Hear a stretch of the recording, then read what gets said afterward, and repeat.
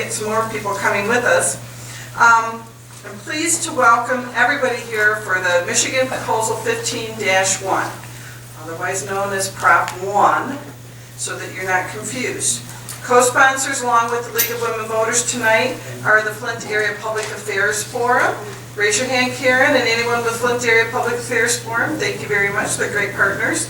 And the MSU Extension, Genesee County. Darren, where are you at? Are you in here?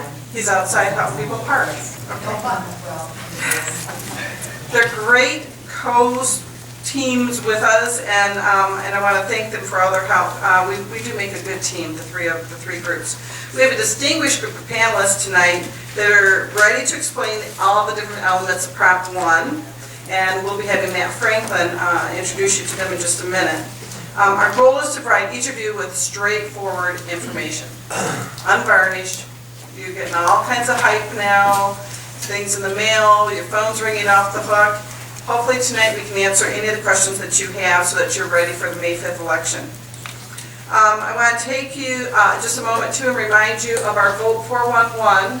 It's a little print on that banner, but there's cards outside. You can take a card with you tonight. Vote 411 is the League's election information website. You go in there and you type in your address, and you can verify your registration status. You can verify your voting precincts. You can see everything that will be on your ballot.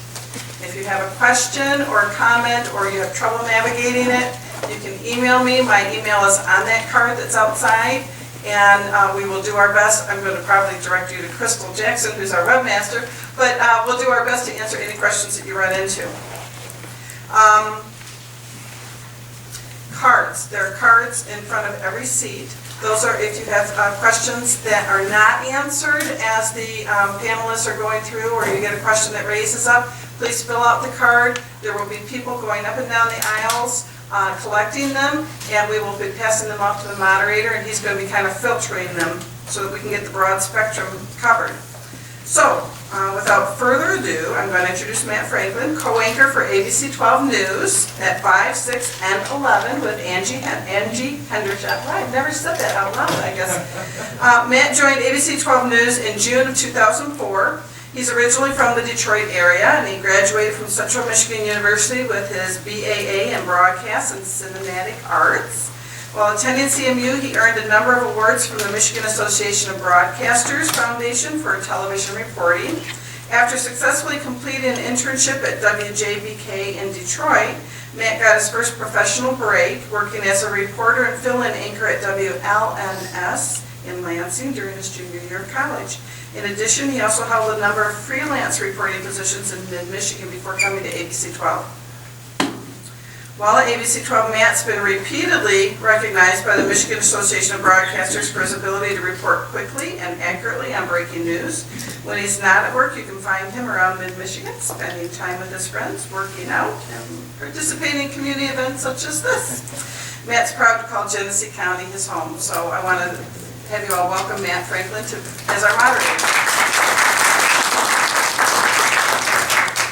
All right, good evening, everybody. We're going to have fun tonight learning about Prop 1. How many of you have read about it? How many of you understand it? You guys right there too. Which is why we're all here tonight. We're going to learn. We're going to learn all about Prop 1 via our esteemed panel. And the first person I would like to introduce is Pam Ferris. Pam is in her second term representing Michigan's 48th House District and serves on the House Appropriations Committee and its community colleges, the Licensing and Regulatory Affairs, and the Judiciary Subcommittees. Pam is retired from her position as jury coordinator in the Genesee County Prosecutor's Office. She's also served with the Michigan Early Childhood Investment Corporation, the Michigan Women's Commission, and as a Mont Community College trustee. Pam and her husband John, longtime Ohio residents, have 2 children, a daughter-in-law and a granddaughter. Ladies and gentlemen, Pam Ferris. You guys can all hear me? Good? Okay. Welcome. I'm glad you're all here. It's wonderful to have you here. This is a complicated proposal. I am not here, let me tell you from the get-go, I am not here to tell you to vote yes, and I am not here to tell you to vote no. I am here to try and give you information about what the proposal does and what the proposal does not do. I did vote to put it on the ballot, and let me tell you, it would be a lot easier for me and all legislators had we voted on a package of bills that we could do ourselves and explain our vote than it is to explain this proposal. So, that would have been much easier. But this is what we have, and part of that is because of the constitutional change that has to happen, and when you do a constitutional change, the voters of Michigan have to do it. So, I'm going to give you the three basic things. If you had to boil this proposal down to three basic things on what it will do, good or bad, the three basic things is it is going to raise the sales and use tax by 1 cent on the dollar, so it will be 7 cents, but we will no longer have a sales tax on gasoline. So, food, drugs, gasoline will no longer come under the sales tax. You will be able to get your roads repaired, and we will be able to protect the schools and local revenue sharing that we would otherwise be eliminating when you eliminate the sales tax on gasoline. And that is basically what it boils down to. There are 10 bills tied to the proposal, and it is a lot of them, a few of them are really just kind of basic language changes that have to happen with the changes. None of them go into effect unless the proposal passes. If the proposal does not pass, those 10 bills disappear. So they are all tie-barred to Proposal 1.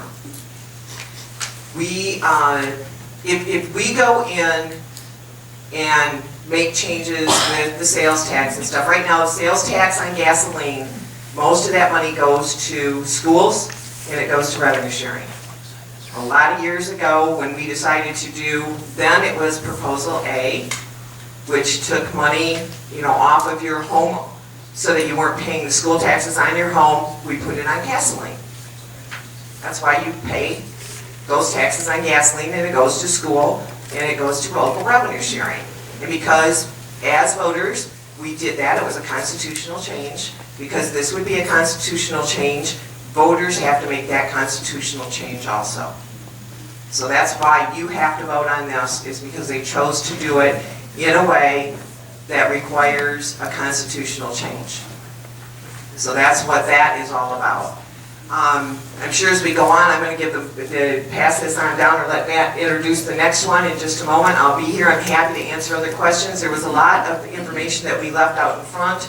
There is the House Fiscal Agency analysis of the bill, all 10 bills, and the proposal that I left out on the table out front. If anybody needs it, I advise you to get it. It does have the easy explanation, and then it has the more in-depth explanation that's with it. So feel free. There's 100 copies or so that I brought with me when I came. So I'm here. We'll answer questions, but I want to let the other folks give their spiel here too. So thank you very much. All right. Ms. Ferris, thank you very much.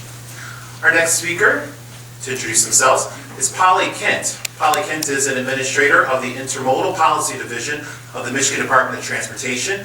She and her staff work with the department's leadership in the State Transportation Commission to help address policy and funding issues at both federal and state levels for all modes of transportation, including roads, ports, airports, buses, trains, and bikes. In her 25-year career with the department, Ms. Kent has been involved in a wide variety of policies, projects, and programs. Ladies and gentlemen, Polly Kent. Thank you. Can you folks hear me out there? No, No? put that mic closer. Closer, okay, now you can hear me, okay. I want to thank you all very much for coming out tonight to hear about this proposal.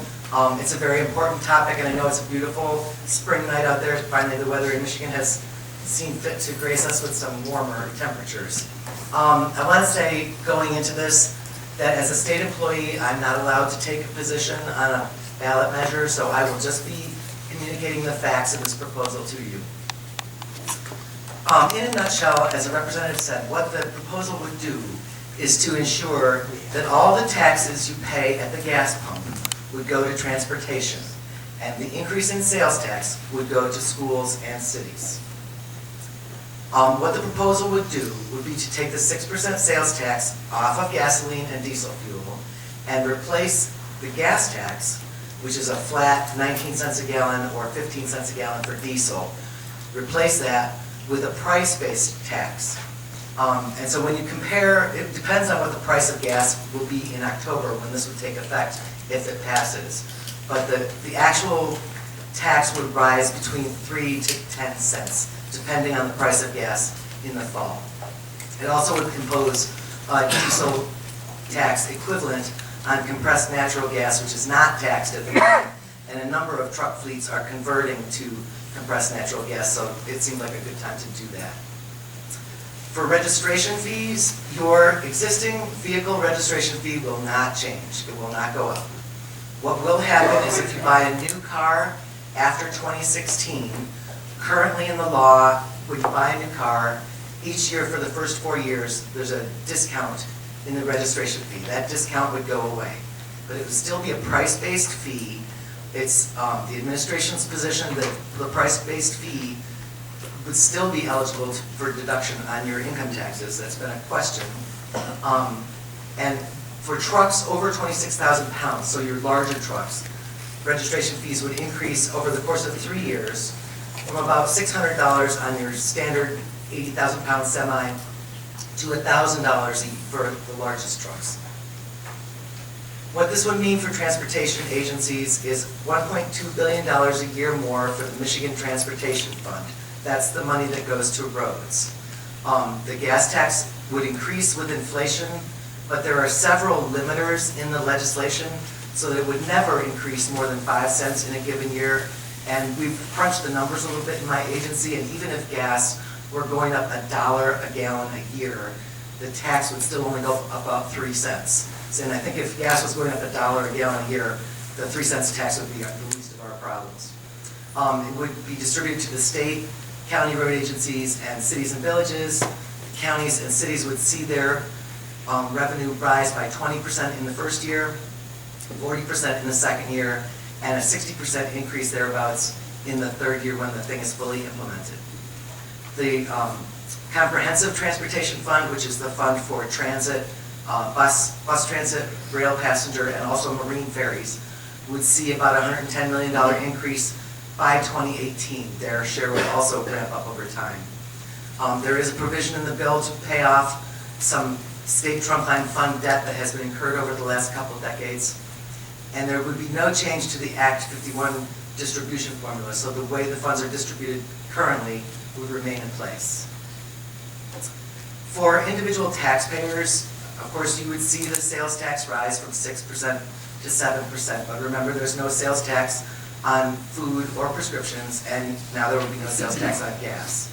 You might see your fuel taxes increase slightly, anywhere from 3 to 10 cents is what we're anticipating. There is also a provision that would increase the earned income tax credit for the working poor from 6% to the 20% that it was 4 years ago. And as I said before, there would be no decrease in registration fees on new cars purchased after 2016. The legislature was very conscious of wanting to make sure that this money was used in the best possible way. So they did pass some of those 10 bills that were passed are sort of taxpayer protections and transparency guarantees. They did expand the use of pavement warranties for that local agencies would require those for projects over $1 million where possible. County road agencies would be required to use competitive bidding so that they would get the best deal on the projects that they're letting. Townships that contribute more than 50% to the cost of a county road project could require that county road commission to competitively bid the project. They don't have to, but it's an option. And it would require the 7 largest transportation agencies, which would be MDOT, the city of Detroit, and the 5 largest counties, to do some performance-driven maintenance contracts. As Representative Ferris mentioned, though, none of these things will happen unless the proposal passes. If the proposal goes down, all of those changes do not occur. And if those of you who want some additional information, I'll just put a plug in for MDOT's 2 websites on this topic, michigan.gov/road funding. We have a lot of information out there on that website to address some common misperceptions that people have about transportation, and also michigan.gov/reality check if you're not a person who likes to read. There's a number of really short and informative videos on that website. Good. Thank you very much. Let's give a round of applause. You all are taking notes and writing down questions so we can have a lively discussion as we get towards the end of our program. Our next speaker is your Genesee County Road Commissioner, John Daly III. Dr. Daly has been the manager-director of the Genesee County Road Commission since 1999. He was the city manager of Three Rivers, Michigan from 1996 to 1999. Prior to that, he served as the village administrator of Fayette, Ohio for 2 years. Dr. Daly served as a member of the Michigan Supply Chain Development Commission from 2009 to 2013. He has served as a member of the Board of Directors of the County Road Association of Michigan since 2000. He served as president from 2005 to 2006. Dr. Daly holds a Doctor of Philosophy degree from Walden University, a Master of Science degree from the University of Southern California, a second Master of Science degree from the Naval Postgraduate School, and a Bachelor of Arts degree from Texas A&M University. He holds the following pertinent certifications: Credentialed Manager by the International City Managers Association, and Certified Government Financial Manager by the Association of Government Accountants. John is a 1999 Fellow of the MSU Michigan Political Leadership Program, and John is currently serving on the Blue Ribbon Panel of Governance for the City of Flint. Dr. Daly resides in Flint with his wife, Wendy. So if there's someone who knows about Prop 1, it sounds like it's definitely John Daly.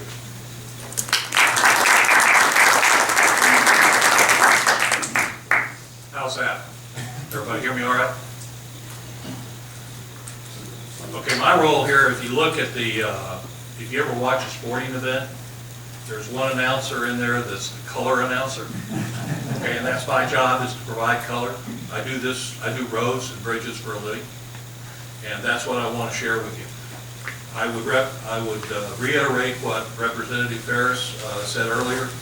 I'm not here to convince you to vote one way or the other, simply to lay the facts out for you, to talk about conditions and consequences. I would like to thank the League of Women Voters for simply recognizing that this was a major issue.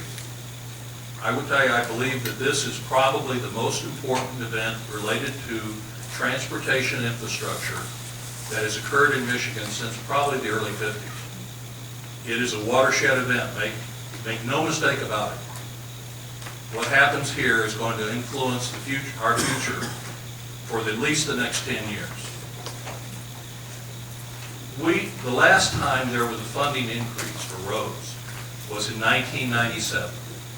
And if you go back and look at the players at the time, they knew at that point they were underfunding the roads, that the amount of revenue that was increasing would not keep up.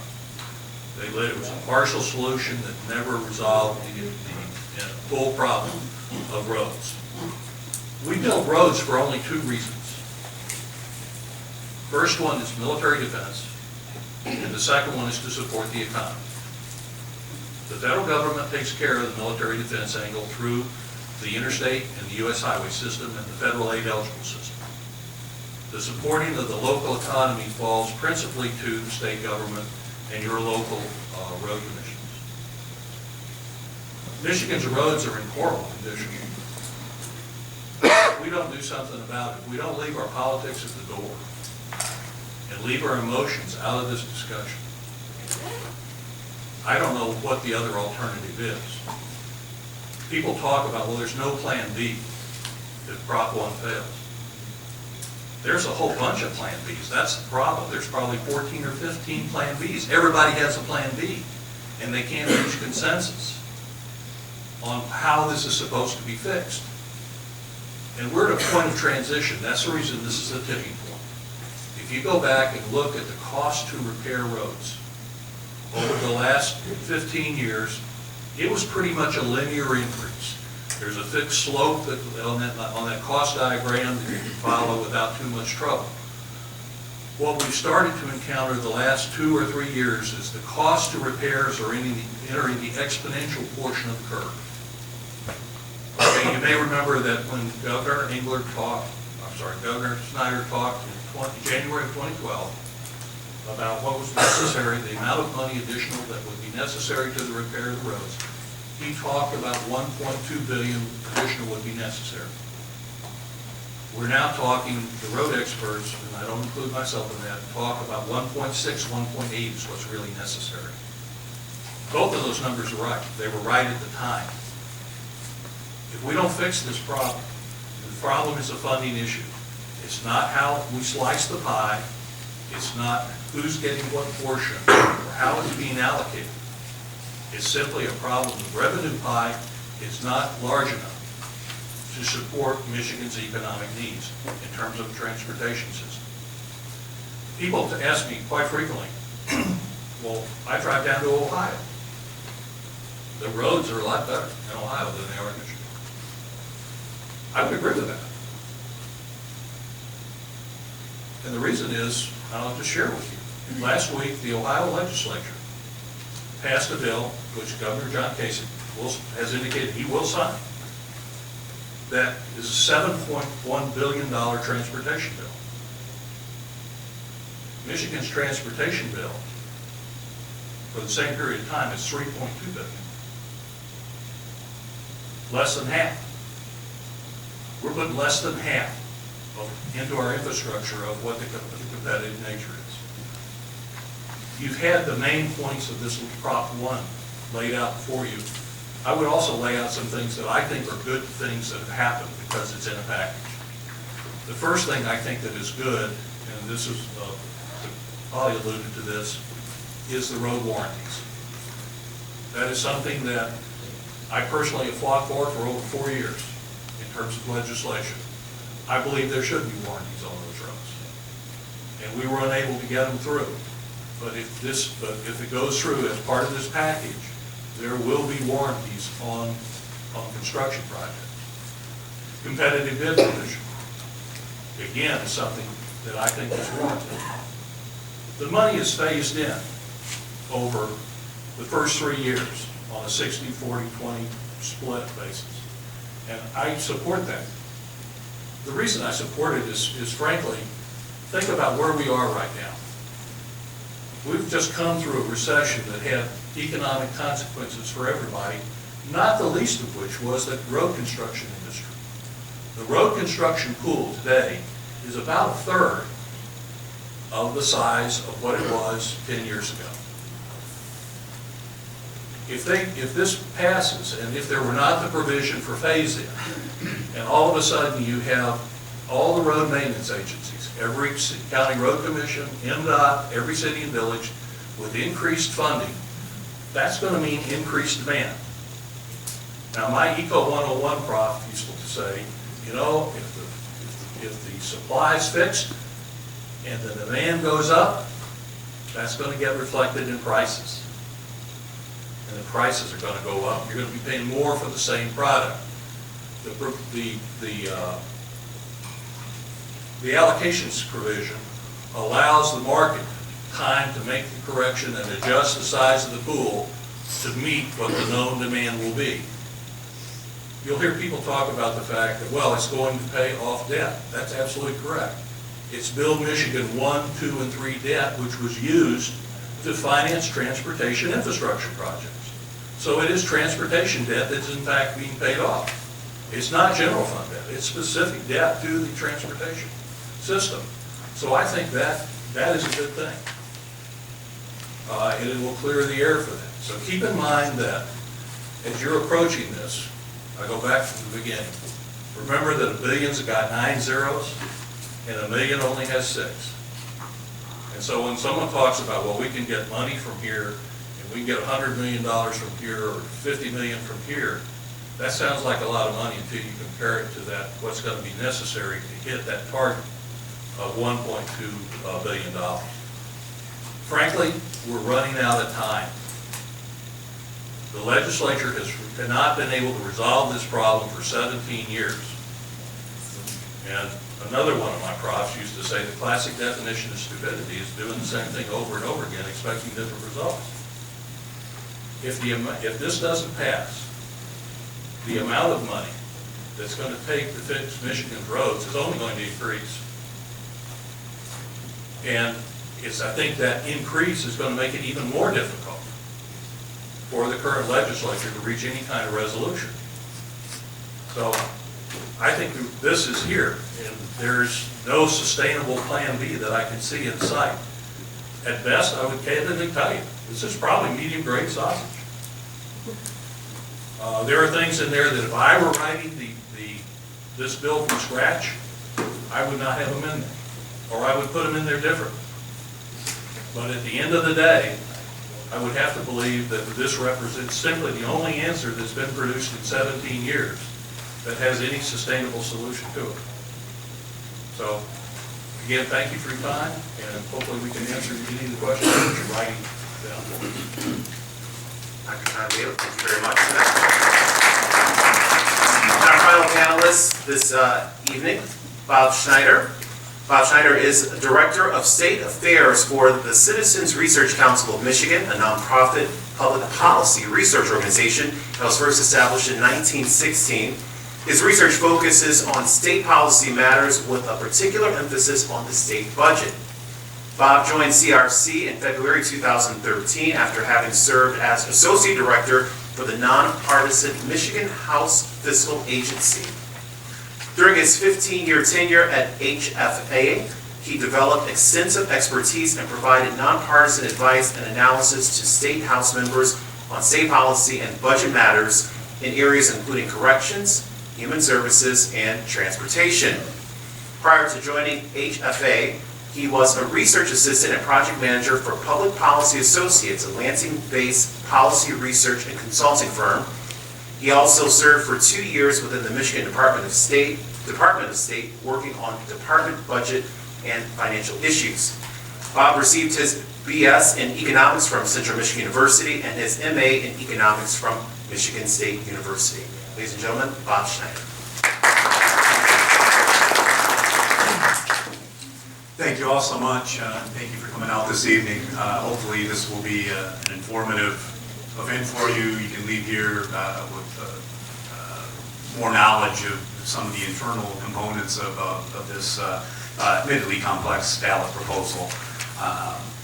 Thank you for having me tonight. I do, like Rep. Ferris, wish to thank the league for hosting this event. Spoke at a couple other League for Women Voter events as well, and league does a good job trying to get information out to the public. Just very quickly, the Citizens Research Council is a nonpartisan think tank. We're in Livonia and Lansing. Like the others here today, we put out an analysis of the proposal. If you're interested, you can go to our website, crcmich.org.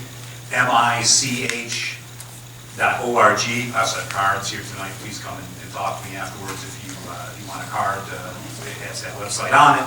You'll find our lengthy analysis of the proposal as well as a more concise summary of the proposal as well. I hope I'm going to be able to basically play the role of just making sure we get into some of the details and you'll leave here with a little better idea of what some of the elements of the proposal will mean to you. I'm going to start, Rep. Ferris kind of did this, so I may be kind of going last, I may be kind of repetitive with some, but I'm going to try to tie the pieces of the proposal together, and I'm going to try to focus on some key questions that we've got as we presented around the state on the proposal. First, folks are confused as to why the proposal has to be so complicated. There seem to be so many layers to this, and I'd like to sort of go back and explain how this evolved. So the key, obviously, for the legislature in looking at this was to raise money for the transportation system, and particularly the road system. So their number one goal was to increase revenues for the roads, and they did that primarily through increasing motor fuel taxes. We currently pay a 19-cent per gallon gasoline tax. Under this proposal, if it passes, that would go up initially to 41.7 cents per gallon. We currently pay a 15-cent per gallon diesel fuel tax at the pump. If this proposal passes, starting on October 1st, 2015, that rate would go up to 46.4 cents per gallon. That was expected to generate somewhere above $1.2 billion in new revenue. And 90% of that, the Constitution dedicates 90% of that motor fuel revenue, motor fuel tax revenue at a minimum to road and bridge programs. So we do know that to the extent that we raise revenue from the motor fuel side of things, at least 90% of that will be allocated to road and bridge work. But that wasn't it. The legislature also wanted to sort of mitigate the impact of this tax increase at the pump, which you would feel. And they did that, as Representative Ferris mentioned, by saying, well, let's not just raise motor fuel taxes, let's pull this 6% sales tax out of gasoline and out of diesel fuel. If we go and buy a pair of pants at JCPenney's, I pay a 6% sales tax on that. If I go have a meal at a restaurant, I pay a 6% sales tax on that. We pay that 6% as well at the pump. When we see that pump price, that 6% sales tax is built into that pump price. So this raises the gasoline and diesel fuel taxes, but pulls that 6% sales tax out of the pump price. Net, we estimate in our analysis, at current price levels of gasoline, and it will change if gas prices change, but at current price levels, we're estimating about a 10 cent per gallon bump at the pump, because the motor fuel taxes will that will offset the sales tax coming out. So we'll have a net increase about 10 cents per gallon at the pump. But we do get rid of that sales tax. And the other another popular complaint about the taxes at the pump is that they don't all go to transportation purposes. By removing that sales tax from the pump and increasing the motor fuel taxes, now we will have a situation where all the taxes that we pay at the pump will go to transportation purposes. At least 90% to roads and bridges, up to 10% we go to public transportation.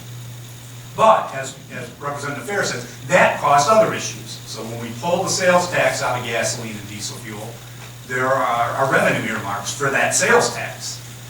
We currently generate about $700 million from the sales tax on gasoline and diesel fuel. And as we talked about, the first 4% of the sales tax, 60% of that goes to our school aid fund, primarily supports K-12 schools, and 15% goes to local governments for constitutional revenue sharing. So when we get rid of the sales tax at the pump, now we have losers all of a sudden from a revenue picture. This decision from the legislature was, all right, well, that's a problem. So how do we address that? And that is where we have another element to the proposal, which is increasing the sales tax then, and our use tax, our companion use tax, by 1%. So pull it out of the gasoline, pull it out of the diesel fuel, that costs us about $700 million in revenue. But raise the rate by 1%, that generates $1.5 million in revenue. That still goes through the earmarks that are in our current constitutional and statutory formulas. So now the public education, local communities through revenue sharing, instead of losing under the proposal, now they win under the proposal from a revenue standpoint. So now that was seen as a problem. The fact that we're going to lose revenue was seen as a problem. The fix to that was a 1% bump in the sales tax. But then the 1% bump in the sales tax creates some issues. Many economists think that the sales tax is a regressive tax. It's a tax that has a disproportionate burden on lower and moderate income households.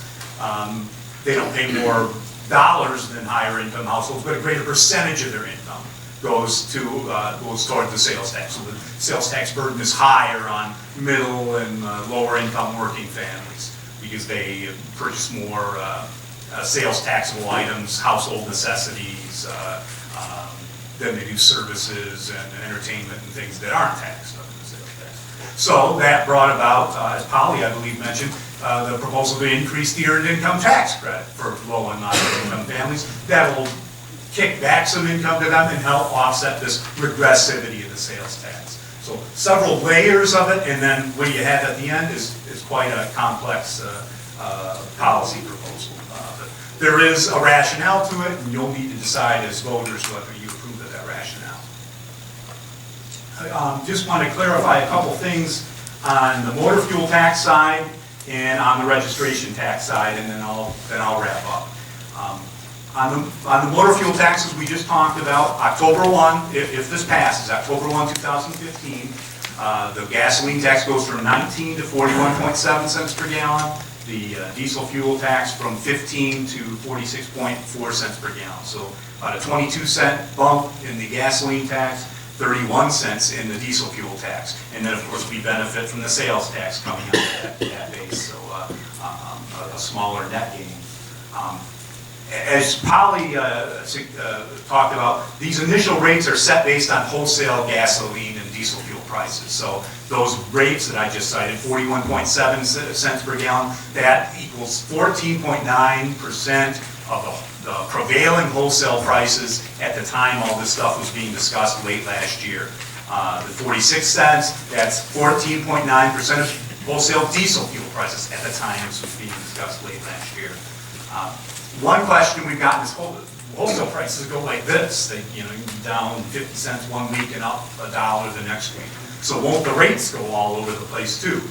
There's a mechanism in here to control for that. So what, beyond raising the rates of the gasoline and diesel fuel taxes, the legislation that's tied to this also sets up a mechanism. It sets up a floor and a ceiling for those tax rates.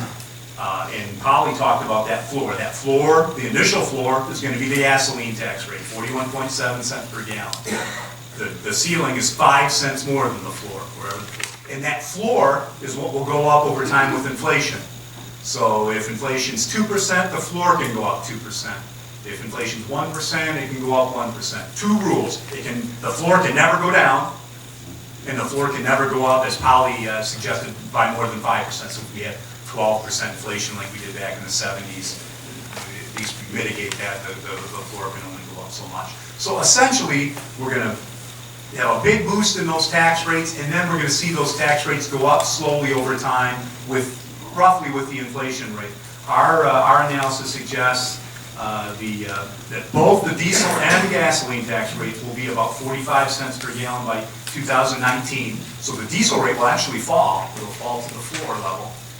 And at both rates, we suspect that they're going to stay at the floor. By 2024, they'll be about 50 cents per gallon.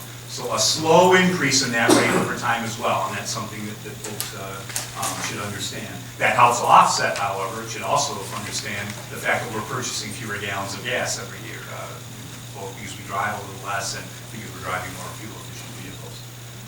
So that's how that gasoline and motor fuel and diesel fuel tax rates will work. And then I wanted to talk quickly about the registration fees as well. And again, Polly had talked about these. The registration fee changes are tied to the model year of the vehicle. And so our report, we did a couple specific examples, and I'm going to give you one here.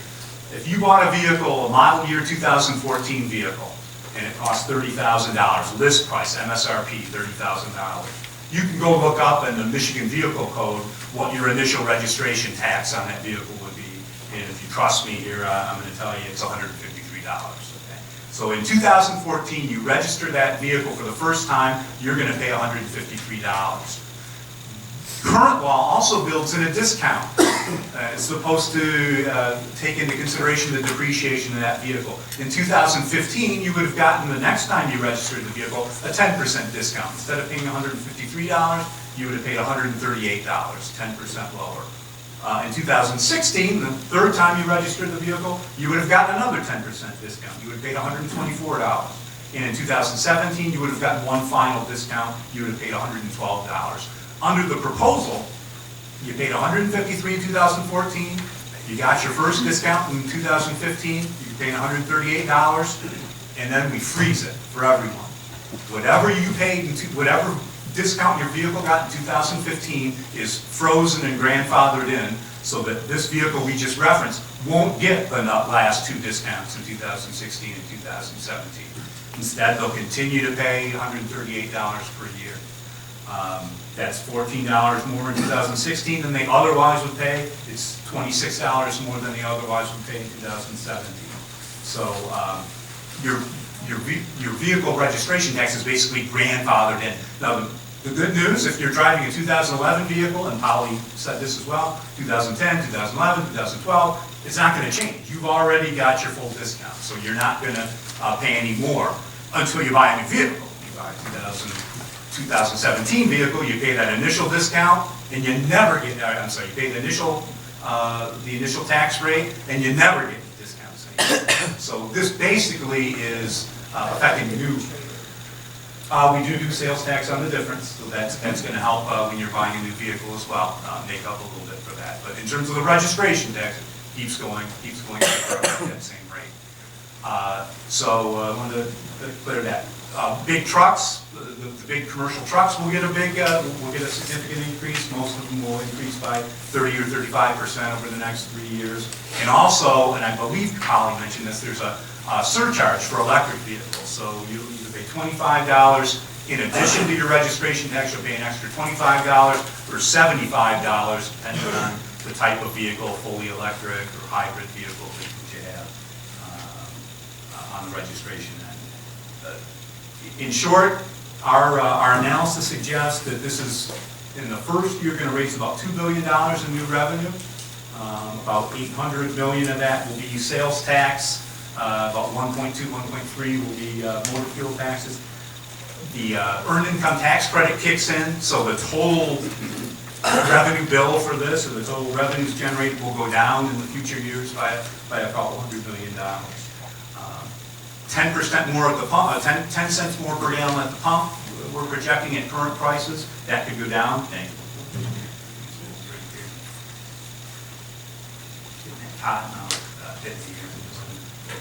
So 10 cents more per gallon at the pump under current prices. If prices rise, just one last point on that. If gas prices go up, the extra amount we're going to pay in taxes, the pump actually goes down. Benefit to it. If prices get back to the level $3.75, $4 a gallon like they were towards the close of 2012, we probably pay 2 or 3 cents extra per gallon at the pump. And actually, if they go up to like $4.25, $4.50, we'll actually save money at the pump. Although we'll be paying more at the pump. And then, of course, so the extra at the pump you'll be paying, and then you'll be paying an extra 1% when you buy sales taxable goods and products. And as a citizenry, we'll all need to decide before May 5th whether those costs are worth the benefits of the extra road work that we'll certainly we'll be able to proceed with, and then also making sure we not only hold harmless, but offer a little bit of a benefit to the education system and local government. So I hope that was helpful. I hope all these presentations were helpful. I really appreciate you coming out tonight. And I think it's time for us to take questions. Thank you.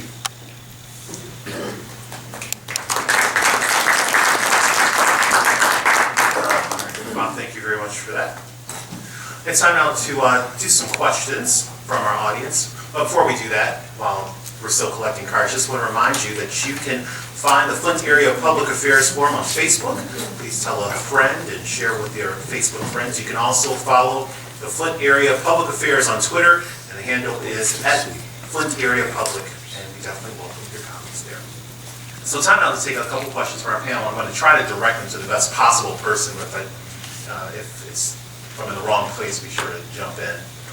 The first question, and one that I've heard before, is what will this do to the trucking business that we have in Michigan? Is it possible that more jobs could be lost? Anyone? I don't know exactly who to direct it to, so. Yeah, I don't know if I can speak. Can you hear me? I don't know if I can speak authoritatively to that. The trucking industry will pay in two ways. As I said, the registration fees for large commercial trucks will go up fairly significantly. I think we look at 80,000. Typical, the most common truck, as I understand it, is a gross vehicle weight registered at 8,000 pounds. That truck pays $1,660 a day. By 3 years from now, in 2018, they will pay $2,260. So it's a significant increase. Obviously, also trucks use diesel fuel. I believe it's the primary. That diesel fuel tax increase will impact them. It will add to the cost of trucking, certainly, and whether that means job losses in that area, whether that's a significant enough cost adjustment, I don't honestly know, and I don't know that I've seen any research that tries to project out those impacts. I would say overall, while we're talking about economics, really, I always look at these and suggest to folks when they ask, well, how is this proposal as a whole going to affect jobs, going to affect economic growth? It's going to affect it differently by sector. I mean, we're going to have a lot more money in the road building sector. If I'm a road builder, if I own or work in the road building industry, you're going to create some jobs in that industry. You're going to create some new investment in that industry. Perhaps the additional revenue for local governments and schools may allow a little easing in the budgets there so that some hiring can be done. At the same time, on the counter side, we'll pay more at the pump. That's going to constrain our disposable income.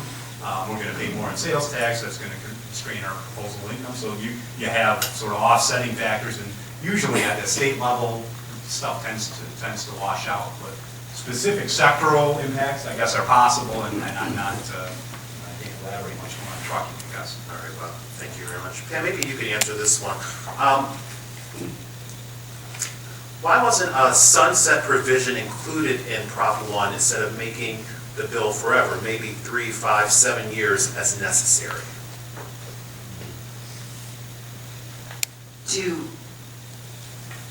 Because of the constitutionality of it, I don't know that you can sunset a constitutional piece. And you have to vote on it because it's a constitutional change. I don't believe you can sunset a constitutional change. So that's why. Does that make sense? And if I could just chime in, Go ahead, Paul. speaking to the other pieces of legislation that would be enacted along with the constitutional change, planning highway projects takes several years to plan and construct them, and so you need some certainty in your funding in order to make a plan, to figure out what you're going to be doing 5 years from now. And so that's part of the logic of, once we fix the roads, we'll need to maintain them, we'll need to keep investing in them. This is not a one-time. A lot of the remedies that have been proposed by other folks who are not in favor of this package are things that it's like a one-shot deal, and that would be sufficient to keep the roads in good shape. Right, and John, we were talking a little bit about how the condition of the roads are basically going to continue to deteriorate over time and something has to be done. I think what you have to look at is we're dealing with a systemic problem. This is a problem that's the roads have been in transportation infrastructure in Michigan for 20 years, have been underfunded. If you look at a ranking of dollars and you look at the amount of money that's actually going into the roads, and you go do some measurements like dollars per vehicle, dollars per lane mile, dollars per bridge, dollars per licensed driver, dollars per resident, Michigan ranks well within the lower 10% of the bottom 10% of the lower 48 contiguous states. And this isn't a one-time problem that you can just throw money at over a couple of years and solve. This is a systemic problem, and we need to come up with a better way to fund Michigan's transportation infrastructure. It's just that simple. It's not a short-term problem. We need to fix this for the long term. It took us 17 years to get to this spot. If I can add too, we did throw money at it as a one-time issue back in the 90s and then again in the early 2000s, and now we are still paying off the bonds on that one-time money that we threw at it. So that isn't necessarily a good option either. Another question from the audience. It should be stated that about 12 years ago, Michigan passed a lifetime license fee for our trailers that cost the state millions of funding dollars. Why do we not use this as a plus for additional funding needs? I'll open that up to you.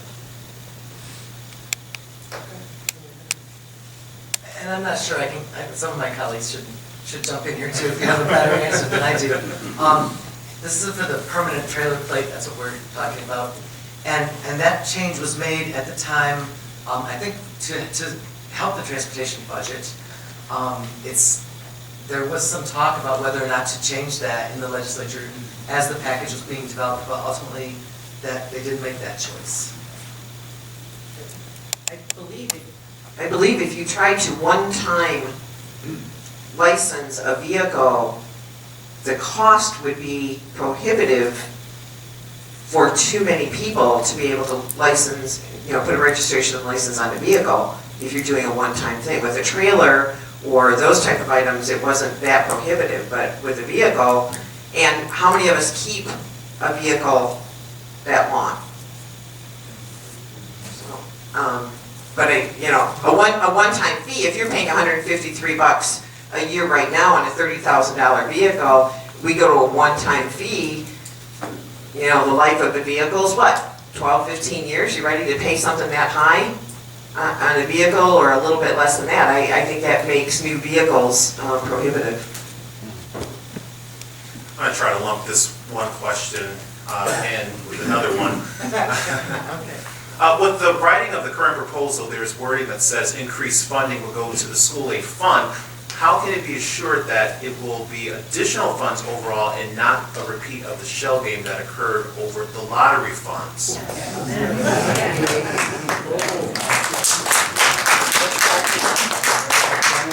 Let me start with the lottery. All right? I didn't vote on the lottery. I wasn't here. I want to believe I wasn't old enough. Let me tell you what the lottery brought in 2014.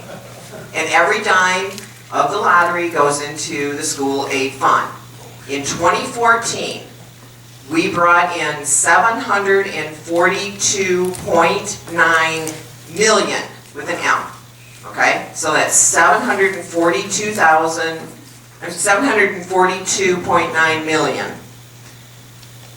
In 2014, the cost of education that comes out of the school aid fund is $13.3 billion with a B. So yes, every dime that comes out of the lottery goes into the school aid fund and it stays there. Part of what we're doing with this piece is requiring that this school aid money, the money that would go into school aid fund, has to stay there. It has to pay for pre-K through community college. Now, sometimes general fund money is put into school aid fund to help pay for things. I don't know that goes from budget year to budget year, whether we're putting any general fund money into it. Do I know if that would continue next year, or we would have to do it the following year? Every year is a little bit different.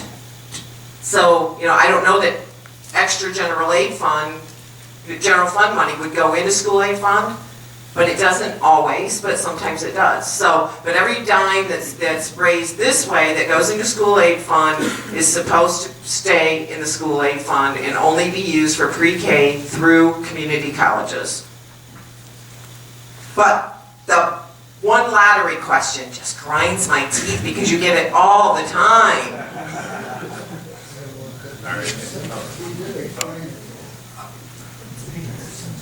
I will say too, I'll just add to what Representative Ferris said. So there are constitutional provisions that earmark the sales tax revenue. So those are in the Constitution. Those aren't things that the legislature can tweak on the fly. And so we do know that the school aid fund will get the revenue that's coming. The question then is, and Representative Ferris just gave a good description as to the options on an annual budgeting basis the legislature has, is how will we divvy up that school aid fund? I think the important things to understand are that this proposal will limit the ability to use the school aid fund for higher education, for four-year colleges and universities. So again, I wouldn't say if your concern is the use of the school aid fund, the biggest potential redirection of the school aid fund was to the four-year universities, because I believe that budget is probably $1.4 billion. And there's still some school aid fund right now that's providing funds for that, but theoretically, you could have even used more school aid fund for the four-year schools and diverted more of the school aid fund. And in that sense, this new money into the school aid fund could have went to the four-year schools rather than to K-12 or to community college. Community college's budget is smaller, so I guess in general I would say the changes to the Constitution in Proposal 1 probably limit the ability to redirect the school aid fund to non-K-12 things than exists right now. I think it actually limits sort of that authority to redirect. But again, all those decisions are made every year by the legislature, so I hope that was clear. I'll open up this next question to anyone on the panel. Why are we talking about this now, having seen that this problem happening with this complicated formula that has been underlying benefits for the government? Why not just a flat road tax just for roads, as we can see how bad they are right now? Can you say that one more time? Why are we talking about this problem now and having this complicated formula? I'm assuming they mean Prop 1 and all of its components. Why not just put in a flat road tax, seeing as how bad the conditions are with our roadways? Any of you that want to handle this after me, feel free, or all of us. Because they didn't have the votes to do it. There were not the votes there to just do one piece of this. In order to have enough votes to do anything, compromise had to be made. If I take and look at everything that's here, would this be the ultimate I would want? No. I would do something different. I would do a number of things different than what I have here. But the whole art of compromise is when you get a little bit of this and a little bit of that, and if we piss you all off, we probably compromised really well. Because we didn't give you anybody everything of what they wanted. But it's excuse my French, but, you know, they didn't have the votes. If you don't have the votes, you have to compromise. And when you have to compromise, then it begins to look a little bit different than, let's just run the roads. I would love to respond to this just briefly.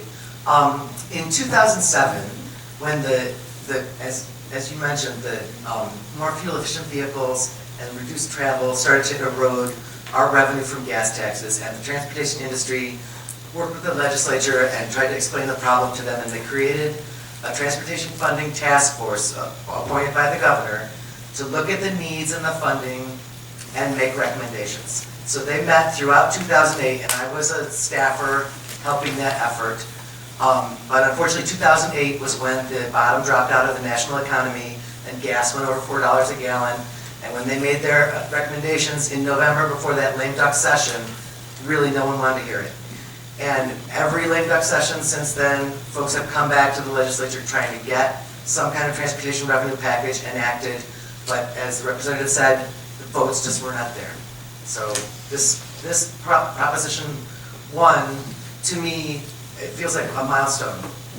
As you said, a tipping point. The only thing I would add to that is the votes haven't been there just not for the past legislature. They haven't been there for 17 years. That's the problem.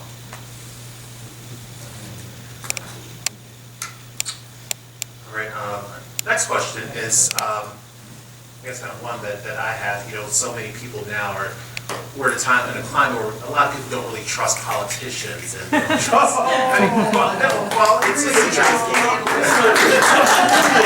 lot of people are very leery about what's coming from the Capitol, what's coming from DC.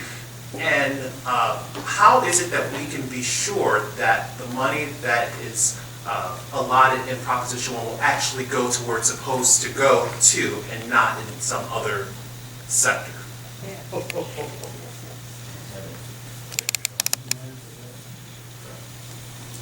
I can talk to the component that's going, that look at where we're at now, and if Prop 1 passes, the component that would be going to roads and bridges.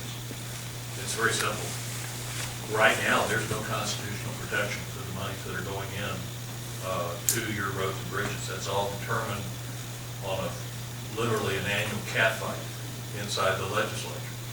Yes, there's formula, but the allocation of the money in a transportation budget at this point is largely political driven. This takes it and moves it into an area where instead of being politically driven, you have a constitutional guarantee that those revenues that are collected for fuel taxes, for sales tax on fuel at that point, will be going for roads and transportation infrastructure. That's better than what we have now. Anyone else want to take? I'll just quickly, I mean, we kind of addressed this a couple questions ago, but on the school aid side, then, on the sales tax side, so John just addressed the transportation side. Again, there are both statutory and constitutional earmarks of much of the sales tax revenue. So the sales tax revenue, when you see the numbers, now these are projections, of course, so we'll see where the sales tax revenue actually comes in, but of the new revenue generated by the extra 1%, there will be a constitutional provision that earmarks, since this is essentially an increase in the first 4%, in the weeds, there's a constitutional provision that will say that extra 1%, 60% of that will go to the school aid fund. So that will happen because the Constitution says the legislature can't change that on the fly in the budget or in statute. And the same with revenue, constitutional revenue sharing. There's a constitutional provision that says 50% of that extra sales tax will go to constitutional revenue sharing. So there is a constitutional assurance for those items that the revenue will go where it should. I'll take a shot at it, Okay, being go for that it. untrustworthy politician. We trust you. Yeah. You know, one of the issues that plays into this is term limits. There is no institutional memory down there for anybody that promised you anything 10 years ago, all right? Ain't there, it's gone. Out of office, left. Term limits doesn't leave any kind of memory from one year to the next that we promised Joe this is gonna happen, or we promised Jane that we wanted to do this, or there was a movement to do that. We keep reinventing the wheel. Every cycle, we reinvent the wheel. And, you know, while term limits is great, and you get a lot of new people in there, and you can get some new ideas, and you can do that kind of stuff, it does eliminate institutional memory. You know, if I am the one with institutional memory because I've been around due to the fact that, you know, I was around Lansing for a long time before I was elected, that is a scary thing. I can't remember where I put my keys, much less be the institutional memory. So, you know, term limits, that is one of the negatives of term limits. Now you get new people in, you get new ideas, you get new things, but you have no institutional memory. All right, in the interest of time, I'm going to try and combine a couple of questions. And Jeff, I'm sorry, I didn't see you. And I think, I have a great deal of confidence in the fact that if you have constitutional protection, that in fact is going to occur. Let me share with you an example.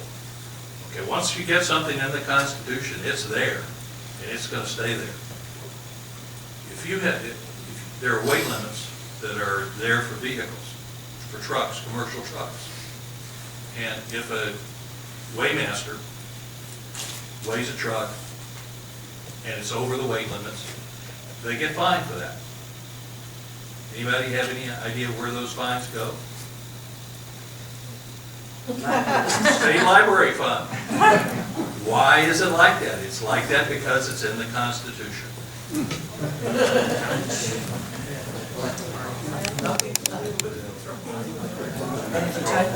And if you try and change that, trust me, the librarians will come out in force.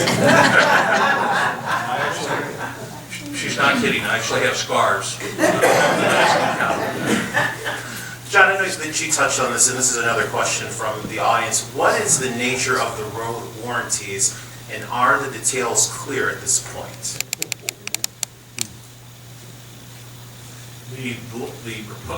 The proposal that we would have, road warranties, first of all, you need to remember that in Michigan, for municipal corporations like cities, villages, and road commissions, there has to be enabling legislation that allows us to do virtually anything. That's the way the whole system is structured, statewide in Michigan.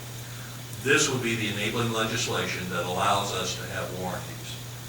If that passes, what will happen is that the Michigan Department of Transportation will develop a standardized warranty package that would be applied by MDOT and by the locals when you do a construction project. It's fairly simple to do. In fact, most of our large road construction projects, we actually use Michigan Department of Transportation for the bid letting and the contract management because they handle large projects on a day-to-day basis. So I don't see that as being something that's going to be that difficult to do.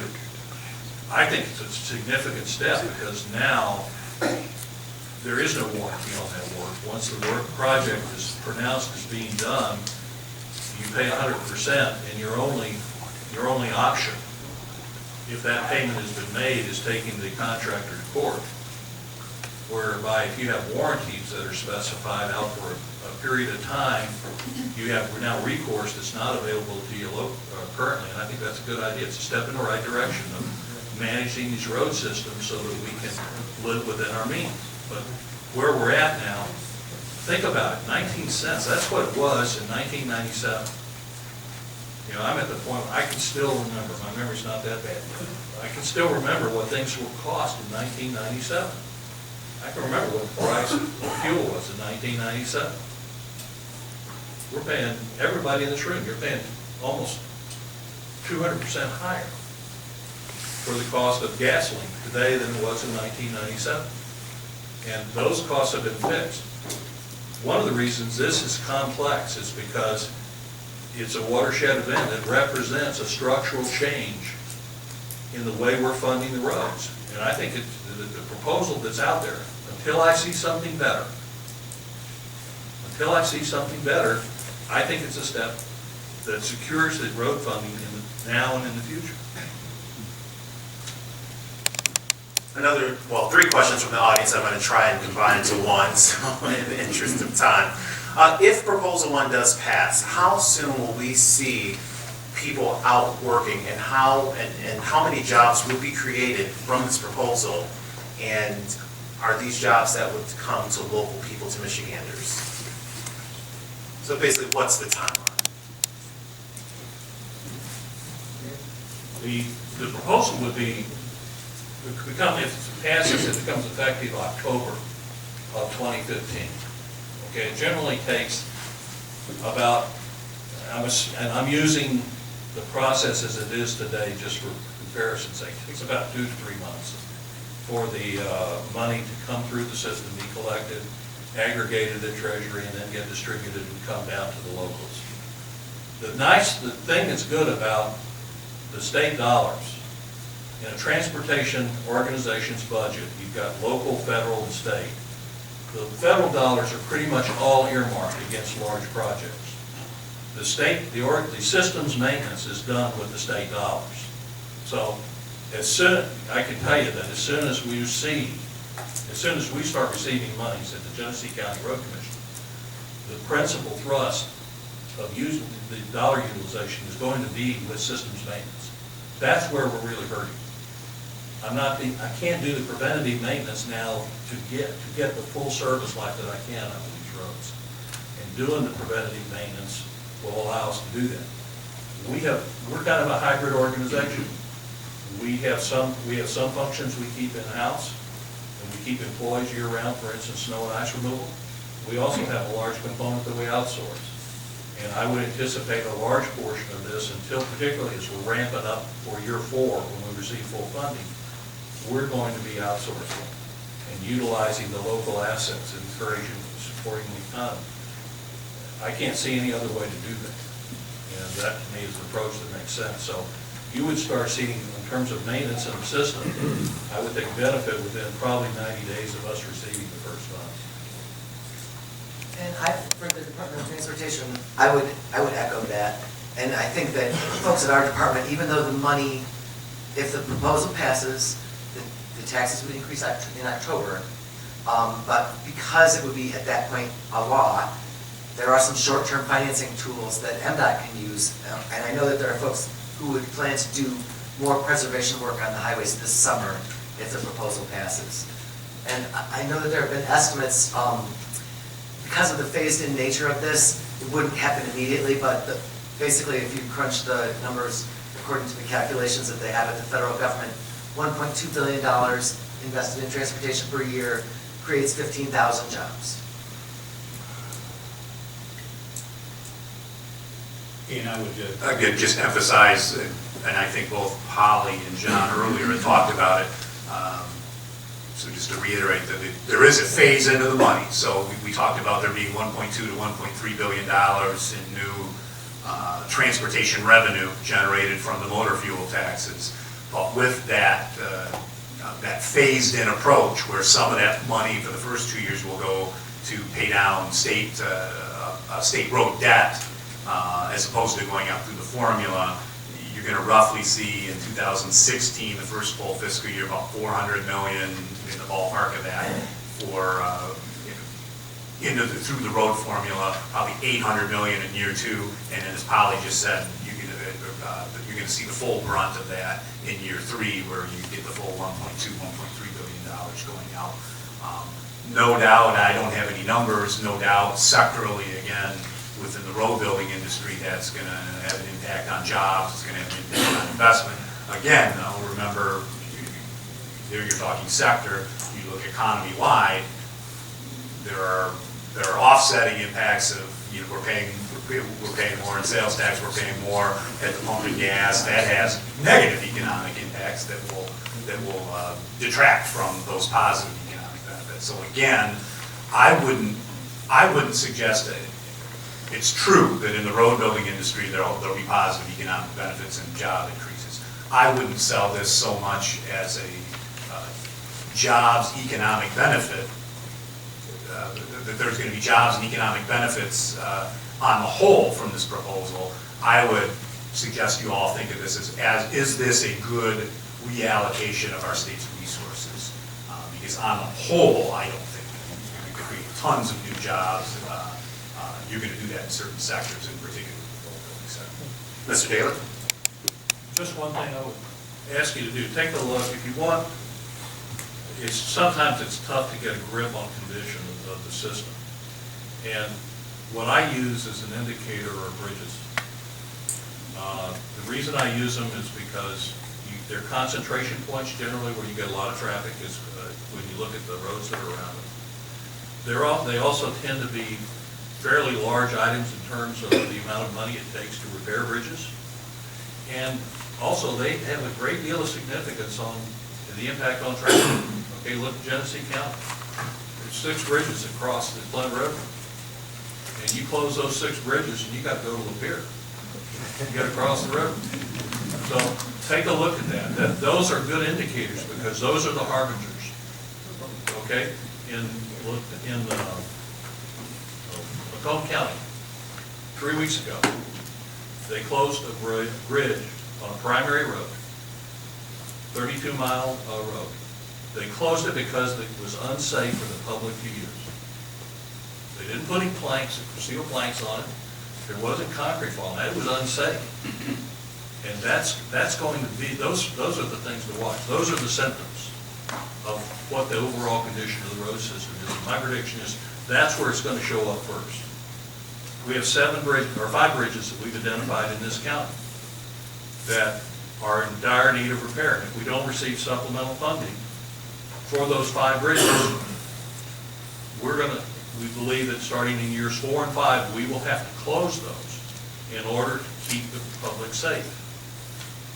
If you look at the history of those bridges, the total cost to repair those bridges is $7 million for 5 bridges. And you look at when they were built, the oldest one was built in 1929. The newest one was built in 1941. Your infrastructure has a life to it. There is a point where, and we're optioning out, there's a point where the only thing you can do is replace, reconstruct. And the cost options for that are the most expensive options that are out there. That's why I go back to the principal use where we need the supplemental funding is for systems maintenance. All right, we are out of time, but we do have time for one more question from the audience. And I guess it's kind of look at the other side of Prop 1. Is there a plan B if it does fail? If for some reason Prop 1 fails, can the governor call an executive session with just one subject only being road repair, discussed and voted on? I'll open that up to our 4 panelists. Pam. But I think Mr. Daly said it earlier, there's probably 15 Plan Bs, of which most of them are regurgitations of what we couldn't get passed before. Some of them are the original Senate bill, that passed the Senate, but the House couldn't pass. That bill will cost you more than what you have right now in this proposal. There is Jace Bolger's the Speaker of the House, a package that he started to put together, most of which has been reintroduced. Also, Jace Bolger is endorsing this proposal and not endorsing going back to whatever he was working on originally with a plan. You know, there are other plans out there that most of them are going to take the money out of schools and out of revenue sharing, and they're not going to get to 1.2 billion. I've not seen one yet that gets to 1.2 billion. And it will take money out of your schools and take money out of your revenue sharing. And revenue sharing normally, you know, for cities and townships and stuff, that's your police and fire. Because that comes out of general fund. That's what gets cut, is police and fire. So that's the plans that I have seen so far in the legislature. And I don't think they can pass those. You know, I would be surprised if they could pass those. And it took a long time to get this one passed. Not perfect, you know, but it's, your vote on May 5th is yes or no. It's not, I want Plan B. So, you know, this is kind of what you got on the ballot. I'm not telling you to vote for it or vote against it. I'm telling you, Plan B is not on the ballot. So, there is no finalized Plan B, no.